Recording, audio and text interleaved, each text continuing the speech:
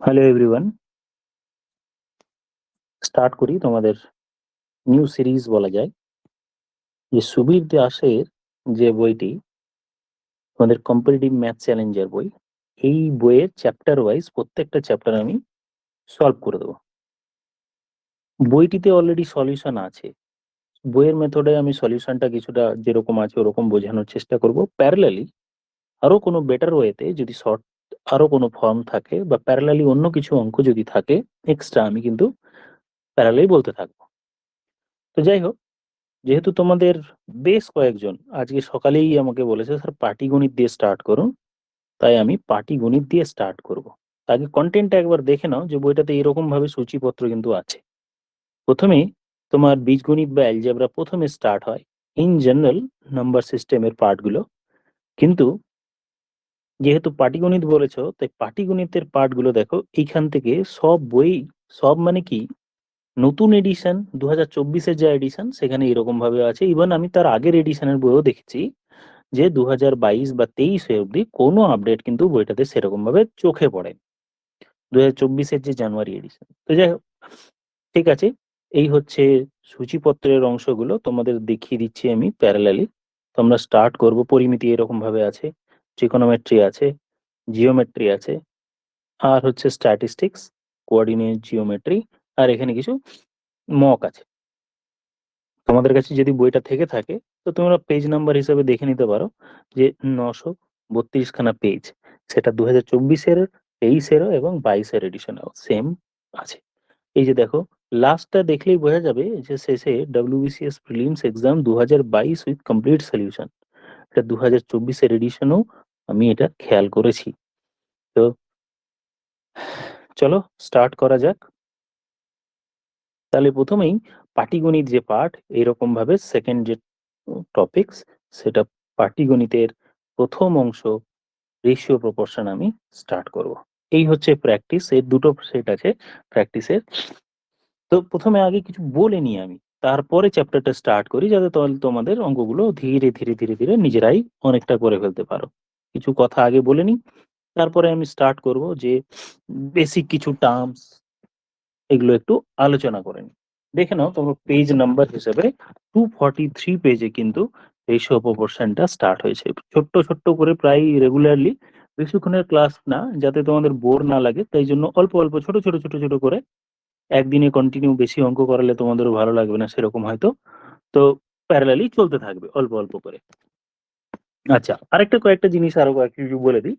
এই প্রত্যেকটা চ্যাপ্টার আমি তো অঙ্ক করিয়ে দিলাম। এবার এখান থেকে ডব্লিউবিসিএস বা অন্যান্য আদার এক্সামসে, ওয়েস্ট বেঙ্গলের যাই হোক বা স্টেট সেন্ট্রাল গভর্নমেন্টের বা এসএসসি যে অঙ্কগুলো প্রিভিয়াস ইয়ার্সে পড়েছে সেগুলোর জন্য কিন্তু আমি আলাদা করে ওগুলো এখানেই চ্যাপ্টার শেষ হলে প্রত্যেক চ্যাপ্টারের শেষে সেটা তুলে ধরবো। তার জন্য আমি সম্ভবত কিছু একটা টেলিগ্রামে বা কিছু একটা করে সেখানে তোমাদের আগে থেকে পিডিএফ গুলো দিয়ে দেবো। যতগুলো অঙ্ক পারছো বা পারছো না আমি তবুও ধরে ধরে ডব্লিউবিসিএস বা এসএসসির চ্যাপ্টার ওয়াইজ সলিউশন গুলো আমি প্রিভিয়াস ইয়ার্সে যা যা পড়েছে সবগুলো প্রত্যেকটা চ্যাপ্টারের শেষে কিন্তু করিয়ে দেবো। তো সেটা নিয়ে চিন্তার কিছু কারণ নেই। তো যাই হোক, স্টার্ট করি একটা ব্ল্যাঙ্ক পেজ দিয়ে। তারপর আমি একটু কিছু বলে নিই আগে, হ্যাঁ, তারপর তোমাদের এই চ্যাপ্টারটা আমি স্টার্ট করছি। কিছু আমার টার্মস গুলো যাতে বুঝতে না হয়, তাহলে অনুপাত সমানুপাত, এখানে কয়েকটা টার্মস আছে। ধরো দুটো সংখ্যা 2 এবং 3, এদের যদি অনুপাত করি তাতে কি বোঝা যায় যে এই তুলনা করা হয়। অনুপাত মানে, অনুপাত বা রেশিও মানে হচ্ছে দুটোর সঙ্গে একে অপরের সঙ্গে তুলনা। ধরো এ নামক একজন ব্যক্তির কাছে 2 টাকা আছে, আরেকজন ব্যক্তির কাছে বি নামক ব্যক্তির কাছে সাপোজ 4 টাকা আছে। তাহলে এদের যদি তুলনা করা হয় তাহলে এ এর থেকে বি এর কি তুলনা, যে স্যার এ এর থেকে বি এর কাছে ডাবল টাকা আছে। এই হচ্ছে তুলনা বা অনুপাত। তো অনুপাত কথাটির মানে এ এবং বি কি কিভাবে রিলেটেড সেটাই হচ্ছে কথা। এ সাথে বি কিভাবে রিলেটেড বা বি এর সাথে এ কিভাবে রিলেটেড সেটাই আমরা অনুপাত মানে বুঝি। যদি আমি বলি যে এ বি এর সাথে কিভাবে রিলেট, বলবো এ এর কাছে বি এর হাফ আছে, উল্টো ভাবে বি এর কাছে এর ডাবল আছে। হ্যাঁ তাই না, এর কাছে আছে ধরলাম 1 টাকা, তাহলে বি এর কাছে ডাবল টাকা আছে, তাহলে তুলনা হয়ে গেল। তাহলে আবার উল্টো ভাবে যদি বলি, বি এর কাছে স্যার যদি ২ টাকা থাকে, তাহলে এর কাছে তার হাফ আছে। তার মানে ২ তরফ থেকে তুলনা করাটা হলো। তো যাই হোক, আমরা ২/৪ এই A/B বা এটাকে আমরা A:B লিখতে পারি, তুলনা। তাহলে A/B এর ভ্যালু বাই B এর ভ্যালু যদি করি ২:৪। এবার অনুপাতে একটা জিনিস কি, যখনই আমরা কাটাকুটি করব, দুটোকেই কিন্তু সেম সংখ্যা দিয়ে কাটতে হবে। দুটোকেই সেম। ধরো তুমি এটাকে ২ দিয়ে কাটলে, তাহলে এটা হলো 1, নিচেরটাকে ২ দিয়ে কাটলে তাহলে ২। সেম ভাবে যদি A:B থাকে বা A অনুপাত B স্যার ২:৪, আমি তাহলে কি গুণ করতে পারতাম? অবশ্যই। তাহলে আমি যেমন এখানে ২ দিয়ে উপরটিকে প্রত্যেকটাকে ভাগ করেছি, সেম ভাবে নিচেরটাকে প্রত্যেকটাকে আমি ২ দিয়ে হোক, ৩ দিয়ে হোক, ৪ দিয়ে হোক, যাই হোক ভাগ করতে পারি। গুণ করতে পারি। ধরো এটাকে আমি যদি ৩ দিয়ে গুণ করি, তাহলে আমাকে নিচেও ৩ দিয়ে গুণ করতে হবে। তাহলে উপরেরটা হলো ৬, নিচেরটা হলো ১২। এই হচ্ছে ব্যাপার। তাহলে এটার সঙ্গে তুলনা করা। তুলনা করার ব্যাপারটা আমরা বুঝলাম। তো ১ম এ এখানে আমরা কি বুঝলাম? একটু বক্স করে দিই। একটা জিনিস বুঝলাম যে কাটাকুটি করার সময় কিন্তু সেম সংখ্যা দিয়ে দুটোকে কাটাকুটি বা ভাগ করতে পারি। তাহলে আমরা রেশিওতে দুটো সংখ্যাকে যেকোনো সংখ্যা দিয়ে গুণ করতে পারি। আর কাটাকুটি গেলে বা ভাগ গেলে দুটোকেই যেন ভাগ যায় বা ডিভাইড করা যায়। এই জিনিসটা শিখলাম। আরো কিছু ছোট, ছোট জিনিস একটু টার্মস গুলো দেখে নিই। তাহলে অনুপাতে ধরো A অনুপাত B। আমি একটি সংখ্যা লিখলাম যে A অনুপাত B মানে এটাকে কি পদ বলা হয়? এটাকে বলা হয় প্রথম পদ, বা খুব শুদ্ধভাবে যদি বলি তাহলে এটাকে বলা হয় পূর্ব পদ। এটাকে বলা হয় পূর্ব পদ। আর এটাকে আমরা বলব ইংরেজিতে যদি বলি অ্যান্টিসিডেন্ট।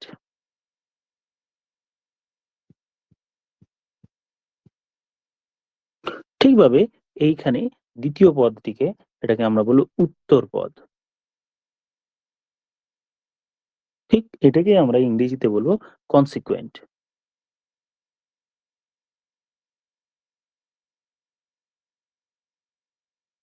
ব্যাস। জাস্ট introductory কিছু জিনিস বলছি। অঙ্ক বিষয়ে টপিকস ওয়াইজ যেরকম হয়, কোয়েশ্চেন ধরে, ধরে আমরা করব। এখন কয়েকটা টার্মস আমরা একটু বুঝে নিচ্ছি। তাহলে কি বললাম যে A অনুপাত B কে আমরা আবার A/B আকারে প্রকাশ করতে পারি। A অনুপাত B কে আমরা আবার A/B আকারে প্রকাশ করতে পারি। A অনুপাত B একে আমরা আবার A/B আকারে প্রকাশ করি। আবার ছোট, ছোট অনেক কিছু ব্যাপার আছে, যদি বলা হয় তোমরা কয়েকটা জিনিস আরো বলি। যেমন ধরো ডুপ্লিকেট রেশিও কোয়েশ্চেন এসছে এখানটায়। বাংলায় আমি বলছি ডুপ্লিকেট রেশিও। ডুপ্লিকেট রেশিও কি জিনিস? ডুপ্লিকেট রেশিও মানে এটাকে যদি বাংলায় লিখি এটা হবে দ্বিগুণানুপাত।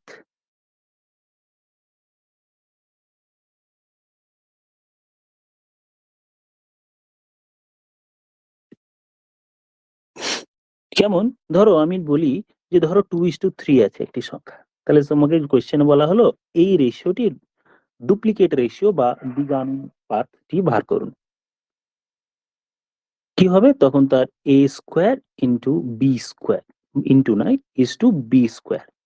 তার মানে a ইস টু b যদি থাকতো, তাহলে তার ডুপ্লিকেট রেশিও কি হবে? a square is to b square. Square করে যেটা হবে তা লিখে দেবো সাইডে। কত হবে? ২ এর স্কয়ার ৪, ৩ এর স্কয়ার ৯। এগুলো ডুপ্লিকেট রেশিও। সেম ভাবে ট্রিপ্লিকেট রেশিও হয়।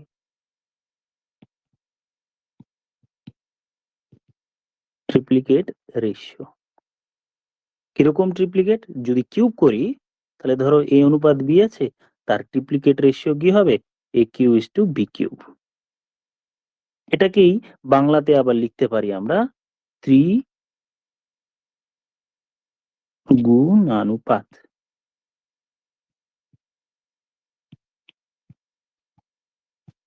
ট্রিপ্লিকেট রেশিও। তাহলে একটা ছোট্ট এক্সাম্পল বলি।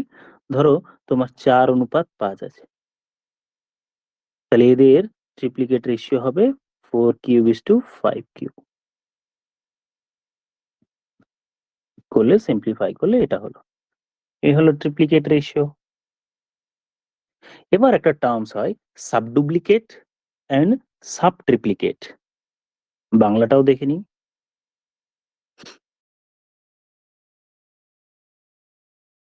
এই হলো ডুপ্লিকেট এবং ট্রিপ্লিকেট। বাস একটু পজ করে নিচ্ছি যাতে তোমরা লিখে নিতে পারো, তারপর আবার বাকিটা বলছি।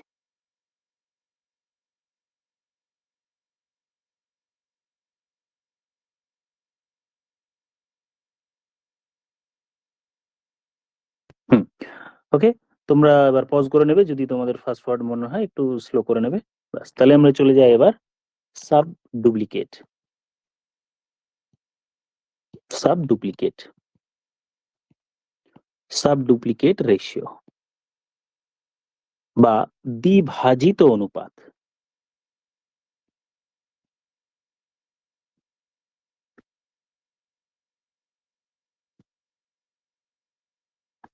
এই হলো দ্বিভাজিত অনুপাত। যেমন ধরো এ অনুপাত বি, এর সাবডুপ্লিকেট রেশিও কি হবে? তার স্কোয়ার রুট, মানে বর্গমূলের রেশিও বা সিম্পল, বড় বড় টার্ম লেখা আছে কিন্তু সিম্পল ব্যাপারটা। ধরো 9:4, 9:4, তাহলে এর সাবডুপ্লিকেট রেশিও কি হবে? √9:4, মানে সিম্পলিফাই করলে 3:2।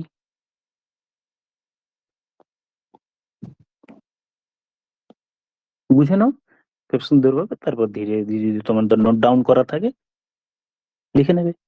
তারপর চলে যাই সাব ট্রিপ্লিকেট।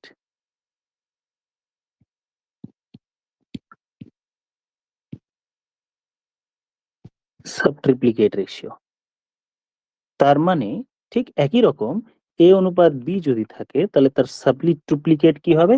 তার ঘনমূলের রেশিও, কিউব রুটের রেশিও, কিউব এ টু কিউব বি। এই হয়ে গেল। ছোট একটা এক্সাম্পল করি। ধরো 27:8, এর কি হবে তাহলে? √27, cube √27 is to cube √8, simplify করলে 3:2।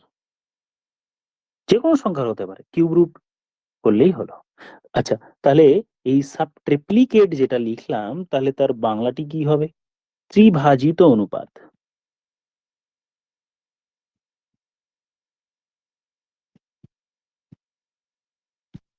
এই হলো তার বাংলা, একবার দেখে নাও।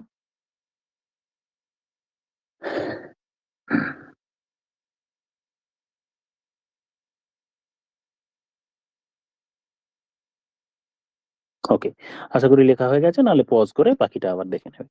চলে যাই নেক্সট। এবার আমরা অনুপাত বা রেশিও সম্পর্কে কি পড়লাম এটা ছোট্ট করে একবার রিক্যাপ করে নিই। এবার রেশিওর সঙ্গে আমি প্রপোর্শনের তুলনা করব, তো তাই আমি একটা জিনিস দেখে নিচ্ছি।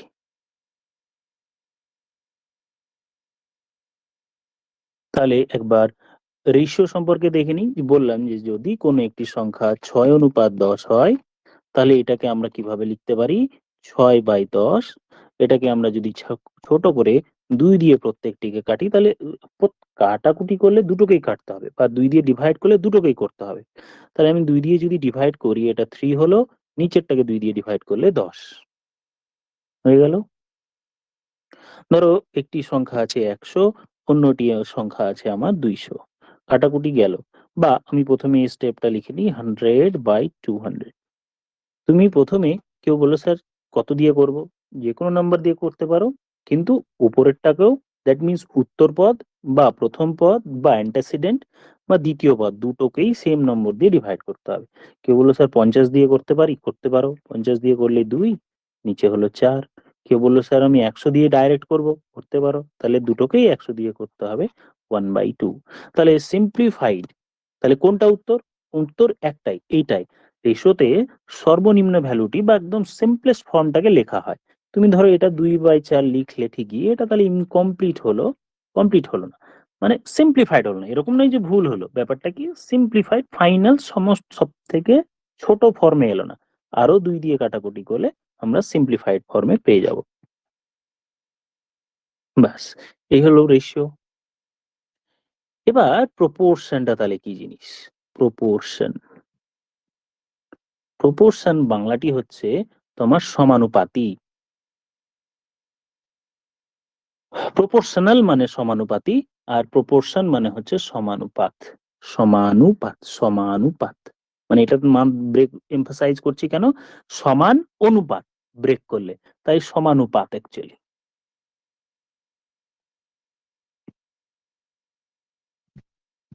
দুটো অনুপাত যদি সমান হয়ে যায় তাহলে সমান অনুপাত। ধরো একটা জায়গায় কেউ লিখলো স্যার 6:10, আবার কেউ একটি জায়গায় লিখলো 30:100, 30:100 এরকম ভাবে লিখলো, তাহলে দুটো কি সমান অনুপাত? দেখা যাক। তো 6:10 কে আমি যদি স্যার সিম্পলিফাই করি তাহলে 6/10, 2 দিয়ে কাটাকুটি করলে 3:5। আবার আমি যদি 3/10 কে লিখি তাহলে স্যার 3/10, তাহলে তো দুটো সমান হলো না কাটাকুটি করে, তার মানে এটা সমানুপাতই নয়। তাহলে যদি স্যার এটা এখানে এরকম থাকতো যে এখানে যদি 60:100 থাকতো তাহলে কি সমানুপাত হতো? তাহলে দেখে নেওয়া যাক যে 60:100 যদি থাকতো আমরা 60/100 লিখতে পারতাম। এবার এটাকে যদি আমি ছোট করে নিই, 10 দিয়ে কাটলাম, তারপরে আবার 2 দিয়ে কাটলাম, তাহলে এটা আমার 3/5 হয়ে গেল।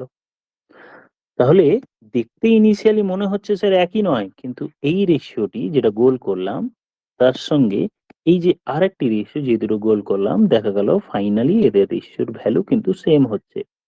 তাহলে দুটো অনুপাত যখন সেম হয়ে যাবে তখন তাদেরকে আমি সমান অনুপাত বলবো। আর একটু সিম্পলিফাইড করে দেখে নেওয়া যাক। এটা একটু লিখে নাও বা লেখার কিছু থাকলে কিছুটা ওয়েট করে যাই।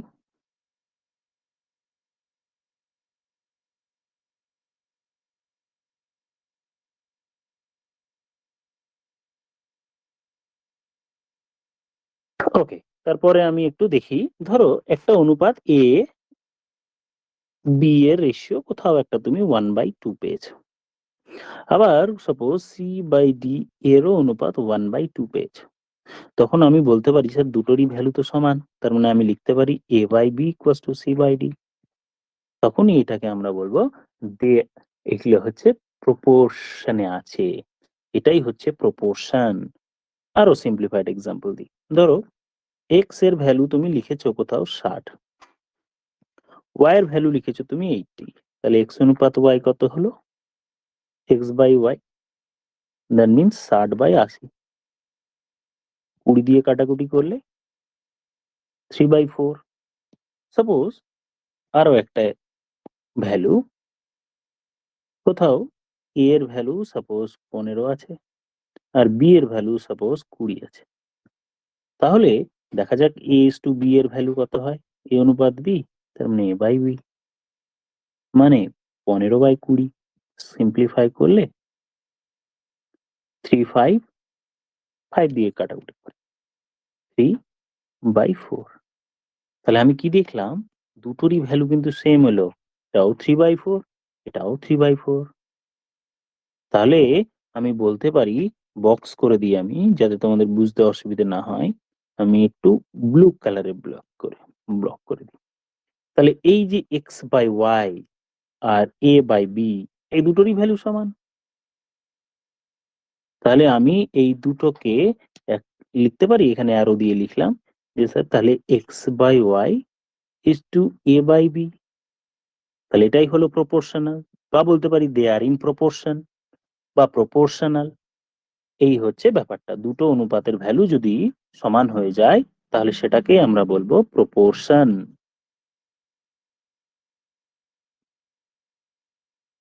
বেসিক, একদম বেসিক জিনিসগুলো আমি একটু বলে নিচ্ছি, অঙ্ক করার সময় তারপর আমরা ডিফারেন্স গুলো ধীরে ধীরে ধীরে ধীরে বুঝতে পারবো যে তার নর্মাল মেথড কি, শর্ট মেথড কি কি জিনিস, ওগুলো পরে আলোচনা করবো।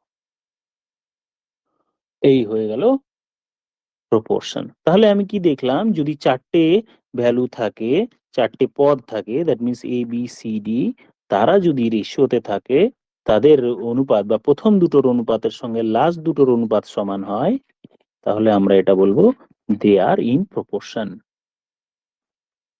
বা এই চারটি রাশিকে বলবো প্রপোর্শনাল ভ্যালু, প্রপোর্শনাল।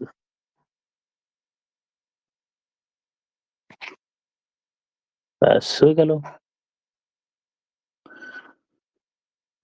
তখন এবার এখানে এখানে প্যারালালি আরেকটা জিনিস বলি, ধরো এ বি সি ডি এখানে আছে, তো তো মাঝে কারা আছে বলো তো? এবার আমরা পড়বো একটু মধ্য সমানুপাতি। মধ্য সমানুপাতি। মধ্য সমানুপাতি ধরো এ বি সি ডি, তাহলে এই সমানুপাতি এরা যদি প্রপোর্শনে থাকে তাহলে মাঝখানে কারা কারা আছে? বিএনসি। বিএনসি এদেরকেই মিন বলা হয় বা মধ্যক বলা হয়। এগুলোই হচ্ছে মিনস বা মধ্যক। তাহলে স্যার যদি তিনটে থাকে তাহলে মিডিলে যেটা থাকবে, suppose A B and C এরা যদি প্রপোর্শনে থাকে তখন এই মিডিল টার্মটাকে আমরা বলবো, তখন এই মিডিল টার্মটাকে বলবো মিন প্রপোর্শন, মধ্য সমানুপাতি।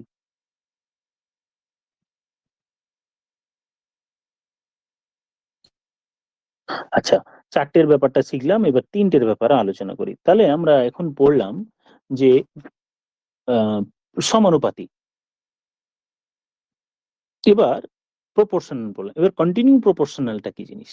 তাহলে আমরা এতক্ষণ প্রপোর্শনাল চারটে সংখ্যা যদি থাকে তাহলে প্রপোর্শনাল। এবার যদি চারটের বেশি থাকে, ধরো আমি এখানে কি বলছি এ বি সি ডি, এই চারটে যদি প্রপোর্শনাল হয় তাহলে আমি কি লিখতে পারি? প্রথম দুটোর রেশিও ইকুয়ালস টু শেষ দুটোর রেশিও। তা এটা হলো প্রপোর্শনাল। হ্যাঁ,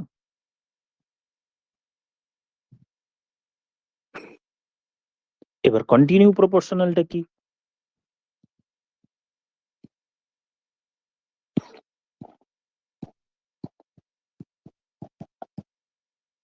মানে ক্রমিক সমানুপাতি কি জিনিস?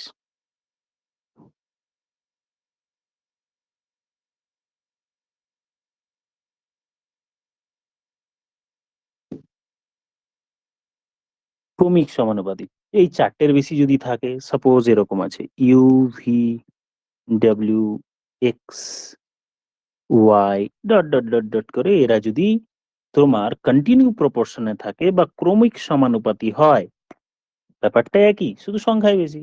প্রথম দুটো লিখলাম ইউ বাই ভি ইকুয়ালস, তারপরে আবার দুটো লিখলাম, পরের দুটো মানে এই দুটো লিখবো U by V, U by W,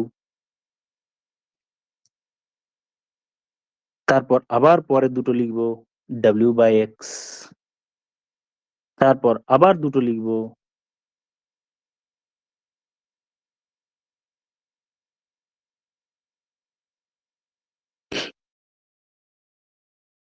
লিখে বলো এক্স বাই ওয়াই, এরকম ভাবে চলতে থাকবে। খুব একটা গুলিয়ে গেল কি? দেখো, কন্টিনিউ প্রপোর্শনে যদি থাকে, তো স্যার যদি তিনটে থাকতো তাহলে কি হতো? ধরো এ বি এন্ড সি এরা যদি তোমার কন্টিনিউ প্রপোর্শনে থাকে তাহলে আমি লিখবো এ বাই বি, প্রথম দুটো হয়ে গেল, তারপরে পরের দুটো, that means B by C হলো। ধরো তিনটে সংখ্যা আছে 2 4 8, এরা যদি কন্টিনিউ প্রপোর্শনে থাকে তাহলে আমি লিখতে পারি 2/4 ইকুয়ালস টু 4/8, ক্রমিক সমানুপাতি বা কন্টিনিউ প্রপোর্শন। খেয়াল করে দেখো, এটা 1/2, এটাও 1/2। তাহলে ক্রমিক সমানুপাতে থাকলো মানে পর পর দুটো দুটো করে নিতে থাকবো, দুটো দুটো করে নিতে থাকবো, এই দুটো হলো, তারপরের দুটো, এইরকম ভাবে কন্টিনিউ প্রপোর্শন।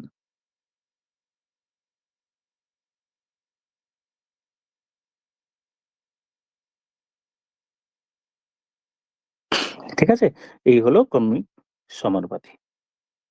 তাহলে প্রপোর্শনালের সঙ্গে ক্রমিক সমানুপাতির বা প্রপোর্শনাল মানে সমানুপাতির সঙ্গে ক্রমিক সমানুপাতির একটু কিন্তু ডিফারেন্স আমরা দেখলাম। ক্রমিক সমানুপাতি আর এর মধ্যে কিন্তু একটু ডিফারেন্স দেখলাম। কোন ডিফারেন্সটা আরেকবার আমি যদি দেখি, এই যে দেখো এটা আমার সমানুপাতি, তখন আমরা কি করেছি প্রথম দুটোর সঙ্গে শেষ দুটো, আর কন্টিনিউ প্রপোর্শন মানে দুটো দুটো করে নিতে থাকা, প্রথমে দুটো নিলাম, তারপর আবার পরে দুটো নিলাম, দ্যাট মিনস কিউব, তারপর আবার পরের দুটো নিলাম, এইরকম কন্টিনিউ, বা বলতে গেলে একটা ছেড়ে ছেড়ে, খুব প্রিসাইসলি যদি বলতে চাই তাহলে খুব একটা ছেড়ে ছেড়ে ছেড়ে ছেড়ে আমরা এগোবো। এই হয়ে গেল আমাদের ক্রমিক সমানুপাতির ব্যাপারগুলো। আচ্ছা, এবার আমরা ধীরে ধীরে ধীরে প্র্যাকটিস সেটের দিকে এগোই। ছোট্ট একটা টাইপস দেখে নিই, ব্যাপারগুলো বুঝে নিই কিরকম টাইপের কোয়েশ্চেন থাকে, বেসিক কতগুলো টার্মস আমরা বুঝে নিলাম, সমানুপাতি, মধ্য সমানুপাতি, এগুলো বুঝে নিলাম। আচ্ছা, মধ্য সমানুপাতির ব্যাপারটা আরেকবার যদি বলি, তাহলে একটু দেখে নাও যে কোন স্যার একটা এক্সাম্পল দিন কিরকম অঙ্ক হয় মধ্য সমানুপাতির। ধরো তোমাকে বলা হলো 2 আর 6 এর মধ্য সমানুপাতিটি বার করো, মিন প্রপোর্শনটা বার করো, এর মধ্য সমানুপাতি বার করো। পাবো, এমনিতেও আমরা প্র্যাকটিস করার সময় পাবো, মধ্য সমানুপাতি পাবো। তাহলে আমি এর মাঝখানে স্যার এই যে কোনো একটা, মানে কি বলতে চাইছে বলতো, 2 এর মাঝখানে একটি সংখ্যা এক্স বসিয়ে দিলাম, এই এক্স এর ভ্যালুটি বার করো। তাহলে আমরা লিখবো কি, 2/x, প্রথম দুটো রেশিও হয়ে গেল, 2/x ইকুয়ালস টু x/6, এই হয়ে গেল। কর্নার মাল্টিপ্লাই করলে এক্স স্কোয়ার ইকুয়ালস টু 2 × 6, তার মানে এক্স এর ভ্যালু কত, √2 × 6। তাহলে এই হচ্ছে ক্রমিক সমানুপাতের কনসেপ্ট। দুটো দুটো করে, দুটো দুটো করে, প্রথম দুটো হয়ে গেল, আবার তারপরে এরকম ভাবে, এইরকম ভাবে চলতে থাকবে, প্রথম দুটো, তারপর আবার পরের দুটো, আবার পরের দুটো, এরকম ভাবে। তো তিনটে সংখ্যা থাকলে তো আমি এভাবেই করব। আচ্ছা, তাহলে ডাইরেক্টলি স্যার যদি এ এন্ড সি থাকে, তাহলে এর মধ্য সমানুপাতিটা কি হবে, তাহলে √, এই দুটো গুণ করে রুট লিখে দেবো। যদি A plus B, A and B দুটোই ধনাত্মক হয়, তাহলে এটা পজিটিভ হবে, তাহলে এটাকে আমরা প্লাস মাইনাস লেখা ভালো।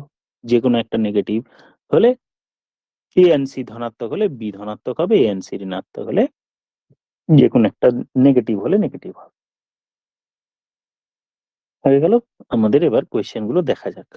চলে যাই এবার আমরা প্র্যাকটিস সেটটা একটু বার করি, কিরকম ভাবে তোমার প্র্যাকটিস সেটটা থাকে একটু দেখে নিই, কোয়েশ্চেন গুলো কিরকম ভাবে আছে। আচ্ছা, এই হচ্ছে 200 কত নম্বর পেজ যেন, 243 পেজের অঙ্ক আমরা প্রথমে দেখি। দেখো, এখানে একটা টাইপের কোয়েশ্চেন বলা হলো যে এ অনুপাত বি 3:4, বি অনুপাত সি 5:6, সি অনুপাত ডি ইজ ইকুয়াল টু 8:9 হলে এ অনুপাত ডি বার করো।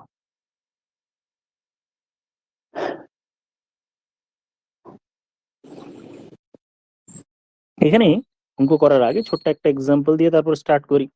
ধরো তোমার এরকম আছে, এ অনুপাত বি ইজ ইকুয়াল টু 2:3, আবার বি অনুপাত C is equal to, suppose এটা 2:3 লিখি, 2:3, আর একটি বি অনুপাত সি ইজ ইকুয়াল টু 5:4। তাহলে তোমার চা হলো সাপোজ এ অনুপাত সি, এ বাই সি। দেখো তো, এ বাই বি কে আমরা, এ প্রথম যেটা ছিল এইটাকে আমরা কিভাবে লিখতে পারি, অ্যারো দিয়ে নিচে লিখছি, স্যার এ বাই এরকম লিখতে পারি। আবার তার পরেরটিকে আমি কিভাবে লিখতে পারি, স্যার এটাকে বি বাই সি লিখতে পারি, ঠিক, এই দুটোকে লিখতে পারি। খেয়াল করো, এই দুটোকে যদি আমরা মাঝখানে কোনো ক্রমে মাল্টিপ্লাই করে দিতে পারি, গুণ চিহ্ন লিখে দিতে পারি, বা এই দুটো অনুপাতের গুণ লিখে দিই, তাহলে আমার এই পোর্শনটা কেটে যাবে। তার মানে কি পড়ে থাকবে, এ বাই সি পড়ে থাকবে। তো কোয়েশ্চেনে এ বাই সি চেয়েছে, তো এ অনুপাত সি মানে তো এ বাই সি চেয়েছে, তাহলে তাই করি। তাহলে এ বাই বি কত আছে, 2/3 অনুপাত 5/4, এটাই তাহলে আমার এ বাই সি। এই জিনিসটা তাহলে আমরা কোনটা মনে রাখবো, ওই বক্স করে দিচ্ছি যে A by B into B by C করলে আমরা এ বাই সি পাই। ওকে, এবার মাল্টিপ্লাই করে যা রেজাল্ট হবে আমাদের সেটাই উত্তর।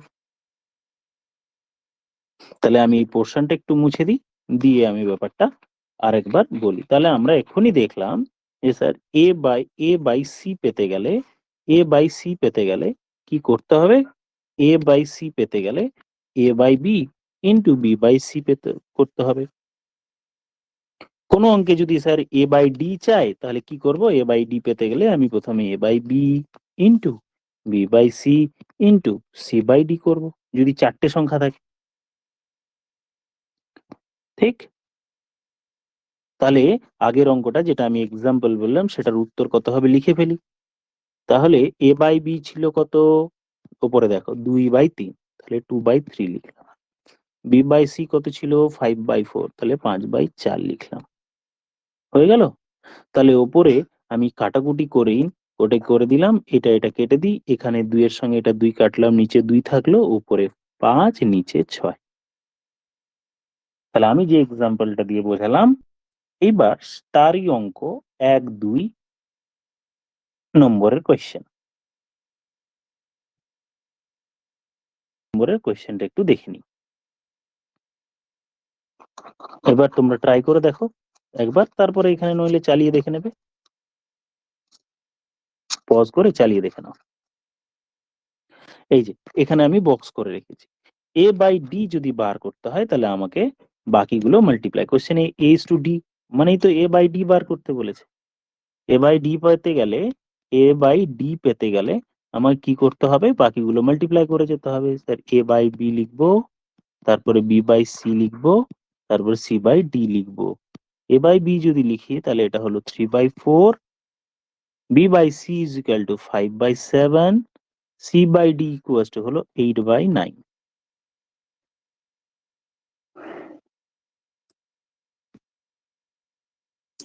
হলো। এবার ছোট্ট করে ধীরে ধীরে ধীরে কেটে দেখো, কাটাকুটি করে। তো হচ্ছে 3-এর সাথে এটা কাটলাম, স্যার 3 হলো, 4-এর সাথে এটা কাটলাম, 2 হলো, তাহলে ওপরে হলো 10, নিচে হলো 21। তাহলে 10/21, দ্যাট মিনস অপশন ডি হচ্ছে আমাদের উত্তর। সেম অঙ্ক আছে 2 নম্বরে, 2 নম্বর অঙ্কটা করে নেওয়া যাক। তোমরা আগে ট্রাই করো, 1 মিনিট, 2-3 সেকেন্ড গ্যাপ দিই।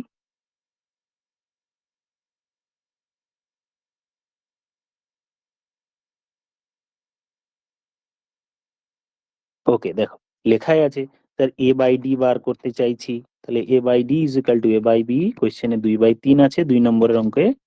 তারপর আছে B by C, that means তারপরেরটায় আছে 2/4, লিখে দিলাম। সি বাই ডি মানে 2/5। বাস, সিম্পল। তাহলে আমরা এখানে সিম্পলিফাই করে পেয়ে গেলাম 2/15। সো অপশন এ হয়ে গেল আমার উত্তর। এটা একটা টাইপ হলো। এবার পরের 3 নম্বর অঙ্ক থেকে আমাদের আবার দ্বিতীয় টাইপের অঙ্ক শুরু হচ্ছে, সেকেন্ড টাইপ। ওই ধরন আলাদা ছিল, যেখানে একটা দুটো এক্সাম্পল ছিল। আচ্ছা, এবার আমরা 3 নম্বর অঙ্কটা করার আগে আমি একটু আগে কিছু বলে নিই, একটু ব্যাপারটাও বুঝিয়ে দিই, তারপরে আমি আবার কোয়েশ্চেনে যাব। ছোট্ট একটা এক্সাম্পল দেখাবো আর তারপর কোয়েশ্চেন করবো। এক্সাম্পল বলবো, তারপর এক্সাম্পল। ধরো একটা অঙ্কে এরকম আছে, a অনুপাত b is equal two 2:3। Suppose b অনুপাত c ইকুয়াল টু আছে, তাহলে লিখবো আমি সাপোজ 4:5। তো জিনিসটা আগে বুঝিয়ে নিই, আমি শর্ট ট্রিক্সে ডাইরেক্ট অঙ্ক করে ফেলতে পারি, কিন্তু ব্যাপারটা বুঝি যে স্যার এখানেও বি আছে, এখানেও বি আছে, কিন্তু এখানে দ্বিতীয় পদ বি, যেটাকে ইকুইভ্যালেন্ট করা হচ্ছে 3-এর সাথে, আর এখানে বি এর ভ্যালু 4। আচ্ছা, এখানে একটা ছোট্ট একটা জিনিস বলে নিই, ধরো কোথাও a অনুপাত b মানে 2:3 আছে, কথাটির মানে a রিপ্রেজেন্ট করছে 2 কে, কারণ a তো প্রথমে আছে, সেম ভাবে 2 ও প্রথমে আছে। আবার b রিপ্রেজেন্ট করছে 3 কে, কারণ বি হচ্ছে তোমার দ্বিতীয় পদ, বা এটাকে বলতে পারি আমরা উত্তর পদ। সেমনি ভাবেই 3ও আমার উত্তর পদ হলো। তাহলে কে কাকে রিপ্রেজেন্ট করছে বুঝে গেলাম। এই জিনিসটা বলার জন্য কে রিপ্রেজেন্ট করছে কথাটি খুব একটা ক্লিয়ার হলো না, বলছি দেখো। এর ভ্যালু যদি 2 হয় তাহলে বি এর ভ্যালু হচ্ছে 3, সিম্পল কথা এটা। এর ভ্যালু 2 হলে বি এর ভ্যালু 3। তাহলে আমরা এবার বুঝি ব্যাপারটা। দেখো, তো প্রথম যেটা আছে, প্রথম ইকুয়েশন বা প্রথম অনুপাতটিতে বি এর ভ্যালু দেয়া আছে 3, আবার দ্বিতীয় অনুপাতটিতে বি এর ভ্যালু কত আছে 4। তো স্যার বি এর ভ্যালু একবার 3 একবার 4 কেমন হয়ে যাচ্ছে না? তাহলে এই দুটোকে সমান করলে হয় না?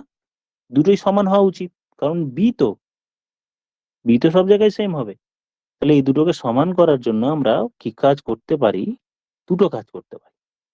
এক, আমি ছোটবেলায় যেরকম ভাবে শিখেছি সেইভাবে করি, পরে আমি বলবো যে স্যার আমি এখানে এই বি কে যদি আমি 4 দিয়ে গুণ করি তাহলে 12 হয়ে যাবে, আর নিচের বিটাকে আমি যদি 3 দিয়ে গুণ করি তাহলেও 12 হয়ে যাবে, তাহলেই তো সমান হয়ে যায়। উপরের বিটাকেও 4 দিয়ে গুণ করলাম, নিচেরটাকেও 4 দিয়ে গুণ করলাম, তাহলে সমান হয়ে যাবে। কিন্তু আমরা অনুপাতের প্রথম দিকে বলে ফেলেছি যে করলে গুণ তোমাকে দুটোকেই করতে হবে, করলে দুটোকেই করতে হবে। তাহলে আমি যদি গুণ করি তাহলে দুটোকেই করতে হবে। তাহলে 4 দুইয়ে 8 আর 3 চারে 12। আর নিচেরটি কত? 4 তিনে 12, 3 পাঁচে 15। তাহলে এইবার দেখো দুটো জায়গায় 12 হয়ে গেছে, যেটা আমরা ছোটবেলায় করতাম। এবার আমি তখন এ অনুপাত বি না, এ অনুপাত বি অনুপাত সি লিখে ফেলতে পারি। তাহলে এর ভ্যালু কত পেয়েছি স্যার? 8। কোথায় পেয়েছি? এই যে 8, প্রথমেরটা 8 অনুপাত 12, আর সি এর ভ্যালু হলো 15। কোথা থেকে পেলাম? এই শেষটি থেকে। শেষ, এই যে দেখো, এই যে গোল গোল করে রেখেছি এ বি সি সবগুলো, অ্যারো দিয়ে দিচ্ছি যদি অসুবিধা হয়। এই যে এ এর ভ্যালু 8, বি এর ভ্যালু 12, দেখো এই যে অ্যারো, বি এর ভ্যালু 12, সি এর ভ্যালু 15, সবগুলো হয়ে গেল। তাহলে আমি আবার একবার যদি লিখি নিচে যে স্যার এ এর ভ্যালু কত? 8, বি এর ভ্যালু কত? অ্যারো দেয়া আছে 12, সি এর ভ্যালু কত? 15। এই ছিল আমাদের ছোটবেলায় চিন্তা ভাবনা। এবার একটু অন্যভাবে করা যাক, যে স্যার এটাকে এত খাটাখাটনি না করে আমি ডাইরেক্টলি যদি করি তাহলে কিভাবে করব? এ অনুপাত বি 2 অনুপাত 3 ছিল, বি অনুপাত সি 4 অনুপাত 5 ছিল। এই তো কোশ্চেন আমি দিয়েছি। আমি 3 এই অঙ্কগুলোই পরে যাব। এ তো আমি কোশ্চেন দিয়েছিলাম। আমি ডাইরেক্টলি এ অনুপাত বি অনুপাত সি করতে চাই। প্রথমটিতে কিন্তু দেখো সি নেই, যে স্যার প্রথমটায় যে এ অনুপাত বি শুধু 2 অনুপাত 3 আছে এইখানটায়। তাহলে আমি এখানে 2 অনুপাত 3ই লিখে দিলাম। এখানে এটা তাই লিখে দিলাম। তারপর বি অনুপাত সি আছে, বি অনুপাত সি আছে, তাহলে বি অনুপাত সি দ্বিতীয়টিতে আছে, তাহলে দ্বিতীয়টি স্যার একটু নিচে গ্যাপ দিয়ে লিখলে হয় না? যে 4 অনুপাত 5। তাহলে বি এর নিচে 4 লিখলাম, সি এর নিচে 5 লিখলাম। এখানে তো এ নেই দ্বিতীয়টিতে, এর জায়গাটা ফাঁকা রাখলাম। এবার এখানে একটা দাগ দিয়ে দিলাম। আবার দেখো কি করেছি, এটাকে এইখানে লিখেছি, নিচে লিখেছি। সি এর ভ্যালু 5 আছে না? তাহলে সি এর নিচে নিচে 5 লিখেছি। বি এর ভ্যালু 4 আছে, সি এর ভ্যালু 5 আছে, নিচে নিচে লিখি। এবার যেগুলো ফাঁকা আছে সেই ভ্যালু গুলো আমি কি করব? আগে যেটা ছিল সেটা বসিয়ে দেবো। কি আগে ছিল? যেমন ধরুন স্যার বি আর এই জায়গাটা ফাঁকা আমার, আবার এ এর এই জায়গাটা আমার ফাঁকা। তাহলে যে তার আগে কি আছে ফাঁকার আগে? স্যার ফাঁকার আগে স্যার 3 আছে, তাহলে 3 বসিয়ে দিলাম। জাস্ট ফাঁকার আগে যেটা থাকবে সেটাই দিয়ে দিলাম। তাহলে স্যার এখানেও কি, তাহলে কি আগে তো কেউ নেই, তাহলে এইদিকে 4 এর পরেরটিতে 4 এর এই জায়গাটায় কি বসবে? সামনে তো কেউ নেই, সামনে না থাক, পেছনে আছে তো, পেছনেরটা বসিয়ে দিলাম। তাহলে 4 বসিয়ে দিলাম। হয়ে গেল? প্রথম একটু কেমন লাগবে তাই তো? খটোমটো লাগছে, কোনো অসুবিধা নেই। করতে হয়ে যাবে। এক্ষুনি আরো ২-৩ টে এক্সাম্পল দেবো, ঠিক হয়ে যাবে। এবার উপর নিচে গুণ করি। গুণ করলে ৪ দুইয়ে ৮, ওপর নিচে গুণ করলে ৩ চারে ১২, ওপর নিচে গুণ করলাম ৩ পাঁচে ১৫। ডাইরেক্ট উত্তর চলে এলো ৮ অনুপাত ১২ অনুপাত ১৫। একটু দেখে নাও, আমি আরো ২-১ টা এক্সাম্পল রিপিট করে কোয়েশ্চেনে যাচ্ছি।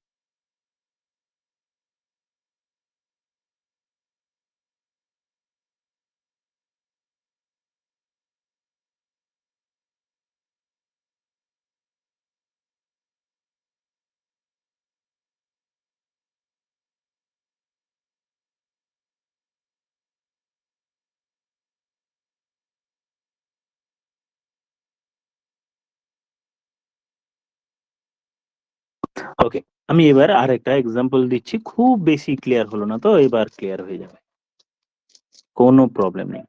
ধরো এ অনুপাত B is equal to sir 2:5 আছে, বি অনুপাত C is equal to suppose 3:4 আছে।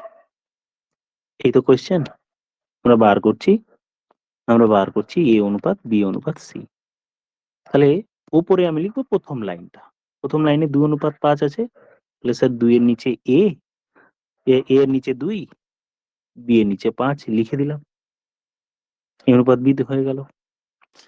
তার পরেরটিতে তার নিচের লাইনে কি লিখবো স্যার, বি অনুপাত সি, তার মানে বি এর নিচে লিখবো 3, সি এর নিচে লিখবো 4, বি এর নিচে 3, সি এর নিচে 4 হয়ে গেল। তাহলে যেগুলো ফাঁকা থাকলো এবার কি করব, এবার ওটাই তো কাজ, ফাঁকাটাই তো ভর্তি করবো, বাস গুণ করে দেবো। তাহলে আপনি যে জায়গাটা ফাঁকা আছে তার আগে কে আছে, 5 আছে, তাহলে 5 বসিয়ে দিলাম।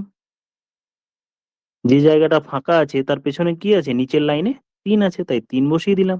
এবার গুণ করে দাও, প্রোডাক্ট করে দিলাম। এবার এই যে জুম করে দিলাম, বড় করে দিলাম। এ অনুপাত বি কত ছিল, এ অনুপাত বি 7:9, বি অনুপাত সি কত আছে দেখো 3:5।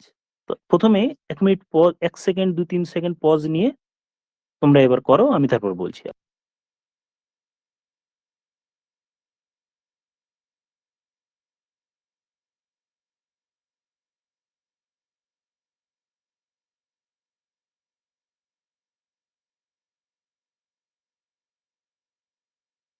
হুম, তাহলে এবার আমি বলি দেখো, তাহলে কি লিখবো এবার, এ অনুপাত বি অনুপাত স্যার ডি সি ডাইরেক্ট উত্তর লিখতে চাইছি।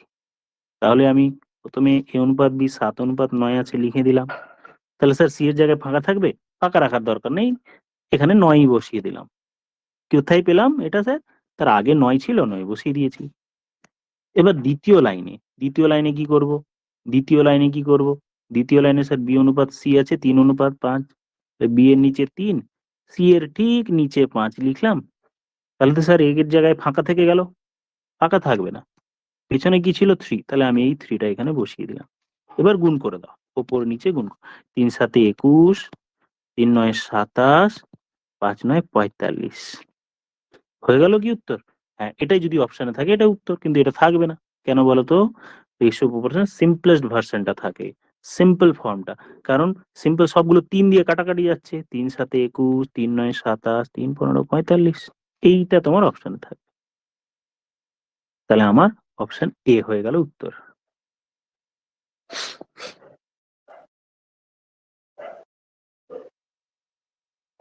ক্লিয়ার হলো? কোনো কোয়েশ্চেন থাকলে বলবে। চলে যাই আমরা নেক্সট কোয়েশ্চেন, 56 নম্বর কোয়েশ্চেনের সিমিলার অঙ্ক। 56টা দেখে নিই, 56 দেখবে, 56এও সিমিলার আছে, এখানেও অনেকগুলো সিমিলার আছে, চোখে পড়লো 56টা, আমি 56টা বলে দিচ্ছি, তারপর তোমাদের বলা হবে। 56 নম্বর কোয়েশ্চেনটি দেখে নাও। দেখো এ অনুপাত বি, বি অনুপাত সি, সি অনুপাত ডি। তাহলে স্যার কি রকম দেখে মনে হচ্ছে যেন একটা, কোনো অসুবিধা নেই, 2:3, বি অনুপাত সি ইজ ইকুয়াল টু, এটাও 2:3, সি অনুপাত ডি ইকুয়ালস টু 2:3। এটা অ্যাকচুয়ালি বলতে চেয়েছে, দেখে ঘাবড়ে যাওয়ার মতো, কিন্তু তা নয়, চিন্তা নেই, আমি সব অঙ্ক করে দেবো। এবার আমরা এ অনুপাত বি অনুপাত সি অনুপাত ডি করতে চাইছি। সেম ভাবে স্যার এবার কি করব, এখানে তো মাত্র দুটো আছে, তাহলে দুটোই বসাও। তাহলে তো স্যার সিডি ফাঁকা থেকে গেল, বসিয়ে দাও এখানে। কি কোনটা বসাবে, তার আগে যারা থাকবে, স্যার সি এর আগে কে আছে, বি, বি এর ভ্যালু কত 3, তাহলে এখানেও 3 বসিয়ে দিলাম। তাহলে এটা ডি কিভাবে বসাবো, ডি এর আগে কে আছে, সি, তাহলে দেখা দেখি ওটাও বসিয়ে দিলাম 3, হয়ে গেল খুব সুন্দর ভাবে। এবার তার পরের লাইনে আছে কে, বি অনুপাত সি, বি অনুপাত সিটি তার পরের লাইনে বসাবো। বি, বি এর জায়গায় স্যার 2 বসাও, সি এর জায়গায় 3 বসাও। তাহলে স্যার এর জায়গায় আর ডি এর জায়গায় যে ফাঁকা থাকলো ওখানে আমরা বসিয়ে দেবো কত, এর পেছনে যেটা আছে সেটা 2, এবার এর পেছনে যে আছে কে বসবে 3, সিমিলার দেখা দেখি অ্যারো দিয়ে দিচ্ছি আমি। সেম ভাবে সি অনুপাত ডি, 2:3। আচ্ছা হয়ে গেল, তাহলে আমি এটা বসিয়ে দিই। তাহলে স্যার এ এন্ড বি গুলো কি হবে, পেছন দিক থেকে এটার ভ্যালু সাথে এটা এখানে 2 বসিয়ে দিলাম, এটার আগে এখানে বসিয়ে দিলাম। এবার এগুলো গুণ করে নিলাম, এবার গুণ করে নাও, এগুলো এবার গুণ করে নাও। 2 2 4, 4 2 8, ওকে। 3 2 6, 6 2 12, ওকে। 9 2 18, ওকে। 27। এটা কি স্যার সিম্পলেস্ট ফর্ম? হ্যাঁ, এটাই। সবগুলোকে দেখো 3 দিয়ে কাটা যাচ্ছে? 3 দিয়ে তো স্যার প্রথমটাকে যায় না। আবার 2 দিয়ে সবগুলোকে যাচ্ছে? না স্যার, লাস্টেরটা যাচ্ছে না। কাটলে সবগুলোকে কাটাকুটি করতে হবে। তাই এটাই আমার option, that means option B. এবার এই অঙ্ক অপশন টেস্টেও আমরা করতে পারি। খুব সুন্দরভাবে স্যার অপশন টেস্টে করা যেত না? এটা তো বেসিক মেথড হলো। ডেফিনিটলি করা যাবে। আমি যখনই ক্লিয়ার হয়ে যাব যে স্যার এখানে ৩ টে রাশি, ৩ টে আছে। আমার কি গুণ করার সবগুলো দরকার আছে? দরকার নেই। এই লাস্ট ৩ টে গুণ করলে তো স্যার ২৭। লাস্ট ৩ টে গুণ করলে কোনটাতে ২৭ আছে? অপশন বি এ আমার আছে ২৭। ডাইরেক্ট উত্তর চলে আসবে। এগুলো আমরা ধীরে, ধীরে শিখবো। আমি আগে এই জিনিসটা আলোচনা করে নিচ্ছি। তারপর আমি যখন প্রিভিয়াস ইয়ার্স এর কোয়েশ্চেন আলোচনা করব, তখন এই শর্ট ট্রিকস আরো কি মানে এগুলো তো শর্ট ট্রিকসই হচ্ছে। মানে তোমাদের এগুলো রেডি হয়ে গেলে অপশন টেস্টটা তখন আলোচনা করব। এখানে বাকি ছোটখাটো, ছোটখাটো অনেক কিছু আমরা আলোচনা করব প্যারালালি, যেহেতু আজকে ১ম দিন তোমাদের আজকে জিনিসগুলো আমি ভালো করে বলে নিলাম। কতটা কিরকম কি হচ্ছে, কতটা বোঝা গেল, কোন জায়গাটা বোঝা গেল না, ডেফিনিটলি আমাকে কমেন্ট সেকশনে হোক বা আমার WhatsApp নম্বরে আমাকে জানাবে। আমি একটা টেলিগ্রাম করব। কেন করব? এই বইটা তো সবার কাছে আছে। বইটি যখন শেষ হয়ে যাবে বা এই চ্যাপ্টারটি যখন শেষ হয়ে যাবে রেশিও প্রপোর্শন এর, আমি WBCS এ যতগুলো কোয়েশ্চেন এসেছে প্রিভিয়াস ইয়ার্স এ সব করাবো। প্লাস এসএসসি এর যতগুলো প্রিভিয়াস এর মধ্যে 2024 অব্দি যতগুলো রেশিও প্রপোর্শন থেকে এসে সবগুলো করাবো। তো করানোর আগে পিডিএফটা আমি তোমাদের দিয়ে রাখবো। তাহলে কি তোমরা নিজেরা করবে, কিছুটা আটকাবে, কিছুটা হয়ে যাবে, তখন করতেও ভালো লাগবে, দেখতেও ভালো লাগবে। ঠিক আছে?